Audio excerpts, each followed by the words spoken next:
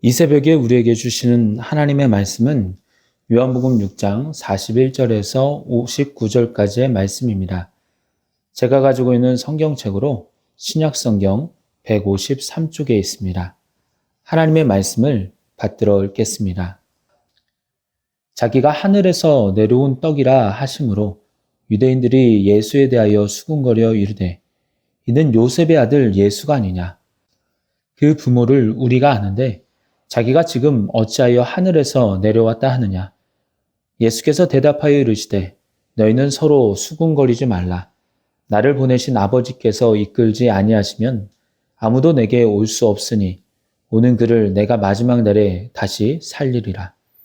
선지자의 글에 그들이 다 하나님의 가르치심을 받으리라 기록되었은즉 아버지께 듣고 배운 사람마다 내게로 오느니라. 이는 아버지를 본 자가 있다는 것이 아니니라. 오직 하나님에게서 온 자만 아버지를 보았느니라. 진실로 진실로 너희에게 이르노니 믿는 자는 영생을 가졌나니 내가 곧 생명의 떡이니라. 너희 조상들은 광야에서 만나를 먹었어도 죽었거니와 이는 하늘에서 내려오는 떡이니 사람으로 하여금 먹고 죽지 아니하게 하는 것이니라. 나는 하늘에서 내려온 살아있는 떡이니 사람이 이 떡을 먹으면 영생하리라. 내가 줄 떡은 곧 세상의 생명을 위한 내 살이니라 하시니라.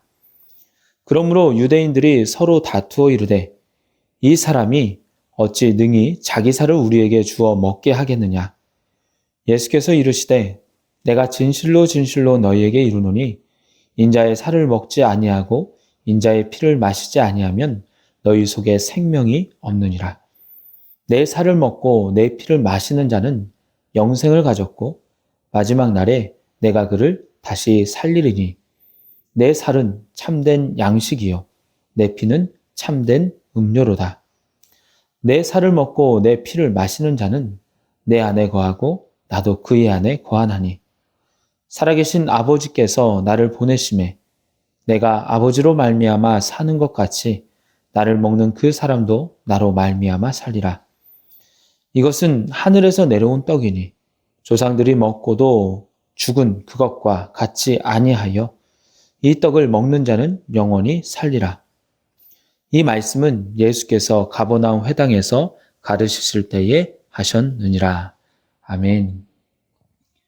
이 시간에는 하늘에서 내려온 떡이라는 제목으로 말씀을 나누도록 하겠습니다.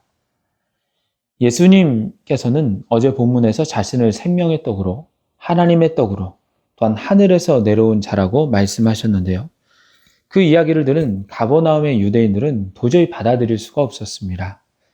왜냐하면 그들은 이미 예수님을 알고 있었습니다. 예수님은 태어나기는 베들레헴에서 태어났지만 자라나기는 나사렛에서 자라나셨고 사역을 시작하고 얼마 뒤에 가버나움으로 이사를 하셨습니다. 나사렛은 갈릴리도의 한 지역이고 가버나움 또한 갈릴리도의 한 지역입니다.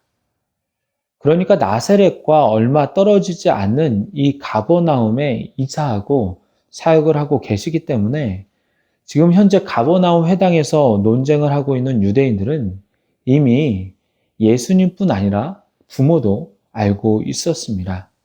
예수님이 살던 갈릴리와 가버나움의 거리가 얼마 차이가 나지 않기 때문입니다. 그러기에 42절에 뭐라고 합니까? 이는 요셉의 아들 예수가 아니냐. 그 부모를 우리가 아는데 자기가 지금 어찌하여 하늘에서 내려왔다 하느냐. 우리는 예수의 아버지 요셉을 안다는 겁니다. 그의 어머니 마리아도 안다는 겁니다. 그 부모를 우리가 알고 있는데 예수가 요셉과 마리아의 장남인 것을 알고 있는데 어디 하늘에서 내려왔다고 거짓말을 하느냐는 것이죠. 그러나 이것은 그들이 예수님께서 성령으로 나신 것을 몰라서 하는 말입니다. 실제로 있었던 탄생의 이야기를 듣지 못했던 것이죠. 이런 오해가 생길까봐 요한복음 1장 1절에서는 이렇게 증거합니다.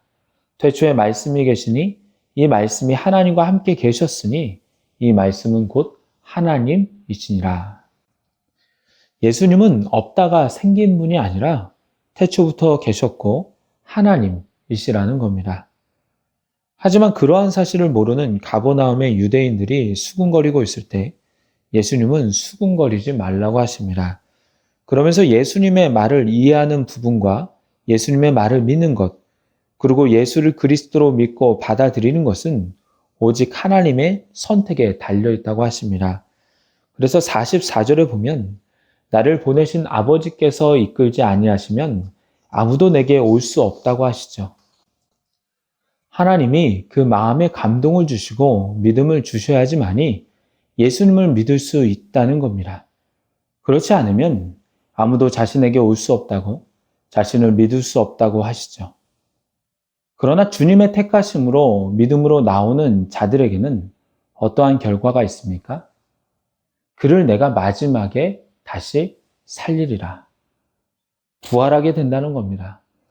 완전체로 부활하여서 천국에서 영생을 누리게 된다는 것입니다. 그러면서 선지자의 글을 인용하시는데요. 45절에 보면 선지자들의 글에 그들이 다 하나님의 가르침을 받으리라 기록되었은즉 아버지께 듣고 배운 사람마다 내게로 오느니라 라고 합니다. 여기에서 인용한 글은 이사야서 54장 13절인데요. 그 내용을 보면 내 모든 자녀는 여호와의 교훈을 받을 것이니 내 자녀에게는 큰 평안이 있을 것이며 입니다. 이사야는 회복된 이스라엘 백성들이 하나님과의 새 언약 관계, 곧 그들을 지으신 분을 남편으로 부르는 과정과 진노의 심판이 평안과 국률로 바뀌는 구원의 약속을 언급하면서 모든 자녀들이 여호와의 교훈을 받을 것이라고 예언하고 있는 것입니다. 비록 이사야서 54장에는 어떻게 여호와의 교훈을 받을 것인지 자세히 나와 있지 않지만 이사야서의 다른 곳에 보면 하나님이 직접 가르치시거나 선지자 또는 여호와의 종을 통해서 그분의 뜻을 가르치신다고 하고 있습니다.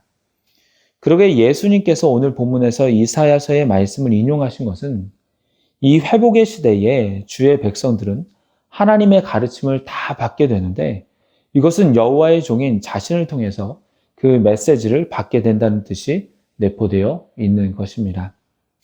하나님께서 택하신 자가 예수님께로 오게 되는데 이것 또한 예수님의 말씀을 듣고 믿는 자가 오게 되는 것입니다. 47절은 유명한 구절인데요. 진실로 진실로 너희에게 이르노니 믿는 자는 영생을 가졌나니. 이렇게 하나님의 택하심으로 그의 말씀을 듣고 예수 그리스도를 믿는 자는 무엇을 얻습니까? 영생을 얻는다고 말씀하고 있습니다. 이렇게 41절부터 47절까지는 예수님을 안다고 하지만 실제로 예수님을 알지도 믿지도 않는 자들에게 하나님께서 택하신 이가 자신을 알고 믿을 수 있고 그로 인해 영생을 얻을 수 있다고 말씀하시며 그들이 가진 선입견을 깨뜨리라고 믿으라고 말씀하십니다. 48절부터는 다시금 생명의 떡을 언급하며 부연 설명하고 있는데요. 광야의 만나도 하늘에서 내려온 것입니다. 하나님께서 주신 것입니다. 그러나 그 유익은 잠깐입니다. 잠시의 배고픔을 해결해 줄 뿐입니다. 육신의 유익뿐입니다. 하지만 생명의 떡은 다릅니다. 하늘에서 내려온 살아있는 떡입니다. 잠시의 배고픔만 해결해 주는 떡이 아닙니다. 먹으면 죽지 않는 떡입니다. 먹으면 영생을 얻는 떡입니다. 여기까지 들으면 누구나가 다 이 떡을 먹고 싶을 것입니다. 영생을 주고 배고프지 않고 또 그것을 얻으며 생명을 얻기 때문입니다. 그런데 충격적인 말을 그 이후에 하십니다. 51절 하반절에 보면 내가 줄 떡은 곧 세상의 생명을 위한 내 살이라 라고 하십니다. 나는 생명의 떡이라. 이 생명의 떡을 먹어야 산다. 영생을 얻는다. 이 떡은 내 살이다. 그러면 받아들이는 입장에서 어떠한 마음이 듭니까? 어떻게 사람을 먹을 수가 있지? 저 예수란 자가 자기 살을 준다고? 우리가 그것을 먹어야 된다고? 우리 보고 시긴을 하라는 것인가? 사람들은 더 혼란스럽게 시작했습니다. 거기에 대해서 예수님은 더 강하게 말씀을 하십니다. 53절과 54절입니다. 예수께서 이르시되 내가 진실로 진실로 너희에게 이르노니 인자의 살을 먹지 아니하고 인자의 피를 마시지 아니하면 너희 속에 생명이 없느니라. 내 살을 먹고 내 피를 마시는 자는 영생을 가졌고 마지막 날에 내가 그를 살리리니. 예수님의 살뿐만 아니라 피까지 먹어야지 된다는 것입니다. 그래야지 살 수 있다는 것입니다. 영생을 얻을 수 있습니다. 또한 56절에 이렇게 말씀하십니다.